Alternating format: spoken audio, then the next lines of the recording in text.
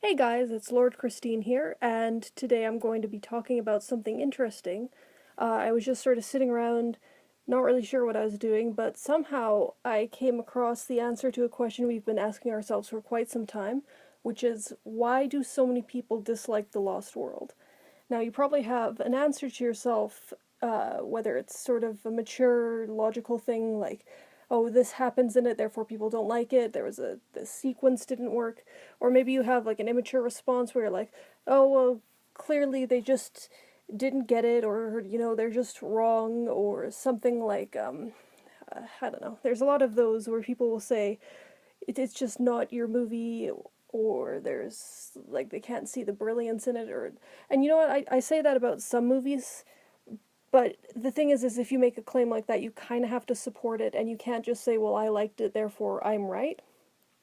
So basically, what people sort of do to justify bad movies sometimes that they want to like but don't is that they'll sort of point to one element of it, or make excuses as to why it's, because you know what, it's hard to say why you like or dislike a movie because it involves a lot of thinking and dissecting the plot and things that you don't necessarily see at a first glance. So people will say something like, oh, well, the gymnastics scene was terrible when Kelly knocked over the raptor. And yes, that's true, that was a silly scene and it's kind of distracting in the overall thing, but that wouldn't ruin a movie. And then people say, well, the San Diego sequence, it just didn't work. And first of all, I think that sequence was actually kind of cool, even though it was sort of a false ending, and so that's not usually a good thing to do in a movie.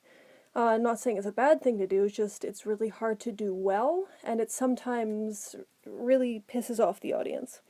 But anyway, even that would not make it sort of a quote bad movie in the eyes of people, because if you think about it, think of your favorite movie, and there's probably a couple moments in there that are really not that great, that don't drag down the movie as a whole, because, sometimes you can overlook those things if the rest of it's fine. I was just watching Zootopia the other night, and it's a wonderful movie. It's one of the greatest animated movies of all time, but there are a couple of really, really bad moments in it, and by that I mean the references to Frozen specifically. Like, I don't mind Disney making callbacks to itself, all that stuff. That's kind of cool, but there were so many, and it was so explicit, and it was just kind of painful, and it sort of ruined parts of the movie. But it's not like it brought down the whole thing. The whole thing has wonderful everything. So, but another good example, I guess, would be the Star Wars prequels. People say, "Oh, well, it's all Jar Jar Binks' fault," and it's like, well, no. If you just take Jar Jar Binks out of those movies, they still wouldn't be good. Like, Jar Jar Binks isn't in the later movies as much, and that's why people say, "Oh, well, that's why Revenge of the Sith, everyone likes that." It's like, no, that's not 100% why. I don't personally like Revenge of the Sith any more or less than the other prequels, but and actually, Attack of the Clones, I think, is probably the worst, and that had less Jar Jar in it. So it's not just Jar Jar Binks. So I will admit that there's problems there. The thing is that people will make these excuses because they want to understand why they dislike a movie, and so they pick out the really explicit things, the moments that are really painful and stuff. But overall, that's not why you will like or dislike a movie. Because when you feel a movie is bad, usually, okay, this is a weird analogy, but it's like being punched versus having cramps. When you have cramps, they're sort of, depending on how bad they are, let's just say it's like a mild cramp, it's a foggy kind of pain that's going on for a long time and it's kind of distracting you and stuff. Whereas, like, if you just get punched several times, like, you're feeling good between those punches if they don't do too much damage. So it's like, but then if you're being punched and you have a cramp, then you're going to say, oh, well, the pain is, it's mostly just the punches, because you can't really define the cramp as much. But anyway, so I was thinking about all this, and I just sort of came upon something brilliant, which is why The Lost World is not seen as a good movie by many. And you know what? I kind of like The Lost World. I understand it's not the greatest thing ever, and there are definitely problems there. I'm not gonna like blindly say, oh, it's fine and everybody else is wrong, because there's definitely some plot problems. But there is one major, major, major reason why it sort of failed as a movie. And that's kind of harsh to say, because, again, I do like the movie, but I can see why people would not like it. And this is going to be really surprising, but the reason is Ian Malcolm. And so probably what you just said to yourself right now is, well, how can it be Ian Malcolm? I love him. He's Jeff Goldblum. Everything's great. Why are you so stupid? Go kill yourself. Really, it's not about Jeff Goldblum or Ian Malcolm as a person. It's about his role in the story. So a protagonist has to be involved with the plot in certain ways in order to make the plot really satisfying. And you know what? That's kind of a bendable rule. Sometimes you don't even have to have a protagonist, like in Slacker, for example, but that's kind of a little bit of an artsy movie. So um, that's not to say, there's a distinct line between artsy movies and just Hollywood stuff. And there's definitely overlap in areas and all that stuff. But generally, you want to have a really strong protagonist who is connected to the plot in certain ways, and that's a way to sort of get the audience to sympathize with everyone and sort of keep the plot interesting. So the problem with Ian Malcolm is not like what he is necessarily, because it does though often fail when you bring back someone who is comic relief slash something else from a prior movie and then you put them in the protagonist role because they weren't designed to be that kind of role in the story. So that right off the bat, that kind of causes a few problems, but you could kind of work around that if you really tried. The problem is that he's still kind of filling the comedic relief hole. Like, you can have a funny protagonist. There's nothing wrong with that. But the way Ian Malcolm is funny in the first movie is that he's always sardonic and, saying everything sucks and you guys are stupid and, like, dinosaurs are terrible, they're gonna eat us. Which, when you have that as your protagonist, it causes problems because you want to relate to someone who's sort of, striving towards a goal. And you could say, oh, well, his goal is to save Sarah Harding, or, like, save everyone from the dinosaurs. And that would kind of be fine, but that's abandoned fairly early on. Like, they get to the island, and then there's the scene with the Stegosaurus, and that's fine. Because you see he's sort of working towards an emotional goal, and then it's fine later on when they're talking, and they're talking about their personal relationships, and so him swooping in to save her is kind of, like, related to the plot in a way, and it's like... So it's like the arc of him personally versus the arc of the plot, they're tied at that point, and that's sort of how you want it. But then as time goes on, it sort of becomes less focused on that to the point where the ultimate resolution of the movie is not anything having to do with him getting together with Sarah and having a happy life and Kelly and all that stuff. That kind of happens at the end, and that's part of the reason why the final scene is pretty okay. It's also a pretty okay monologue, a little bit cliched, but you know what, that's fine.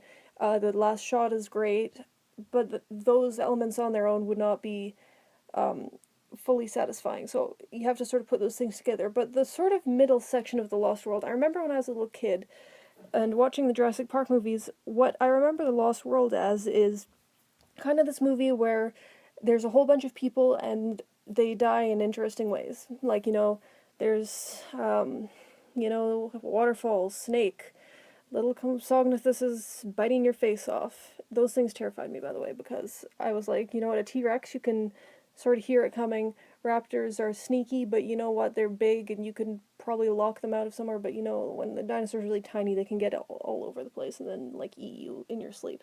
So anyway, so the problem with Ian Malcolm then is that a lot of the people dying don't really have a direct tie to him. They're not his friends, with the exception of, like, Eddie. That's why that's kind of an emotional death, also because he was sympathetic and didn't really deserve it. Kind of like a Zara principle going on. But then you get all these people who are kind of the antagonists, and it's not like you can't kill off antagonists in a movie, like, but usually you sort of wait until the end, and they do that with Ludlow. But when there's all of these people who are just sort of like Dieter and Carter, I think, and like, they just sort of are there to die, and they don't have that much bearing on the plot, and I think I haven't read The Lost World still, of Michael Crichton. It might be symptomatic of that, because when things are borrowed from Crichton's work in the Jurassic Park franchise, usually plot structure is the weakest of what he does. Like, again, another reason why sort of Jurassic Park works a bit better than The Lost World is it has something to say, and that's a direct result of Crichton, but Um, the problem with Crichton's writing is kind of he has these ideas for like teaching you about things like genetics, and then like he says it through this fictional lens, and that's fine, that's cool. I love these metaphor things, you know what, Animal Farm is great, all that stuff. But he kind of sacrifices the plot in order to do this. Like, it doesn't make a whole lot of sense, and you're like, oh, well, that's realistic. Things don't always have to make, you know, three-act structure sense. And you're kind of right, but you're also very much wrong, because if you've ever had to sit through kind of a boring art movie, I know not all art movies are boring, but I'm talking about the ones that are boring. Like, whenever it's really meandering in a way that doesn't work, like sometimes, you know, like Italian cinema is really good for those kind of meandering plots that are episodic and you go from character to character, and, you know, Slacker is good for this, it's also interesting, but a lot of movies where you just sort of drift around watching everyday events kind of turn out boring because you do that every day and you don't really want to see that in a movie because you could just, like, do whatever. And that's sort of oversimplifying it a bit, but it's a little bit true. So, realism in movies, it depends on how you use it. It's just like fiction in movies, it depends on how you use it. Neither is a good or bad thing, but you can tell when it's done badly or done well. So, now what was I saying? Yeah, I guess, so Ian Malcolm, and you can like him as a character, and I like him as a character, it's fine. It's not that he's a bad character, it's that his role within the story doesn't quite work, and he's, I don't know, again, it's like this fog of not quite there. It's like the cramps, you know, you can't really point it out as like a punch to the gut. But basically, the reason why The Lost World doesn't appeal to a lot of people is because the protagonist doesn't work within the context of the story. And you know what, in the first Jurassic Park, Alan Grant is not the greatest protagonist, but I mean, he has an arc, he's there, it's, you know, it's kind of the bare minimum, but it's fine. And also, a lot of the time, is like, an actor that is not an actor in the story is the genetics theme. So, talking about the theme becomes, you know, and it is a little bit, dialogue heavy and a little bit pretentious, but the thing is that it becomes a character of its own, so the message is kind of the star in a way. But The Lost World, while it does sort of have those animal rights messages and stuff, I don't get the sense that the people making the movie really cared about it that much, because there's not a lot of specificity to it. It's just like, people who do bad things to animals are bad, and that's not good. Like, there's never a moment where you sort of talk about what it means to treat things as animals and to abuse them for entertainment. I mean, there's a couple moments, but it's really not that well done. If you compare it to something like Jurassic World, which is, you know, you can argue either way, but the message in there about, you know, consumerism and all that stuff, it's clear and it's there and it's specific, because they talk about, you know, Verizon's going to sponsor it.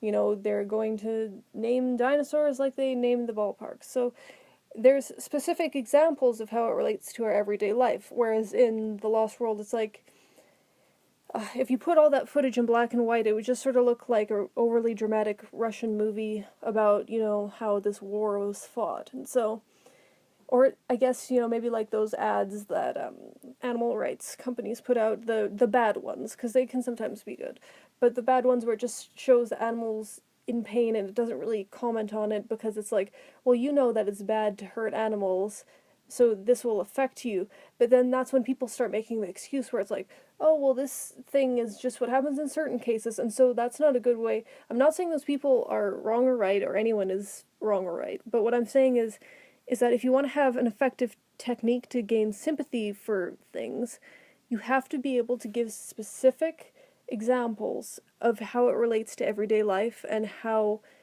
you know, continuing to do the things we're doing is wrong. So, I guess, like, Blackfish is a good example. It's a great documentary. The Cove is slightly less good, but I mean, I'm not saying on a filmmaking level or anything, I just like the way it conveys the messages. You know, it's a little bit too spy stuff. But the thing is that the whole animal rights thing could have been a message that they really cared about and stuff, but it ended up not being one. And I don't really know who to blame for that. Could be no one, could be anyone.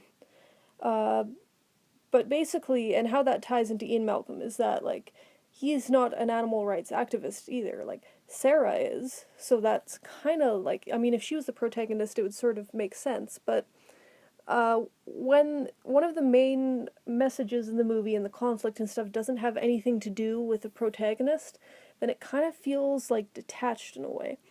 Like it's if like I'm trying to think of an example. Um like uh okay, consider like if in Lion King, pretend that like Timon and Pumbaa were the protagonists, for example, instead of Simba. Then the whole thing with Scar taking over the Pride Lands doesn't really make much sense because while Timon and Pumbaa do fight for the land, it's not like they're directly invested in it emotionally. So that's why, it's just, I don't know. I'm not having a great time expressing my thoughts. But basically, I'm not saying The Lost World is a bad movie, but it would be kind of naive and ignorant and really hypocritical of me to deny that there are really bad elements to the plot. And you know what? Sometimes a plot can be bad and a movie can be saved by other elements. And The Lost World, I think, is generally, I mean, there's some really great moments and there's some great ideas in there, but I think maybe just one more rewrite of the script might have benefited it. Maybe this was partly Crichton's fault, I'm not sure. I kind of want to blame him because his writing style is not very good in the sense of like narrative and plot and satisfying stuff. I'm not saying he's a bad author because he does some things really well, but he's also very weak in some areas, and that's true of a lot of authors. So, anyway, those are my thoughts. So, this recording is done.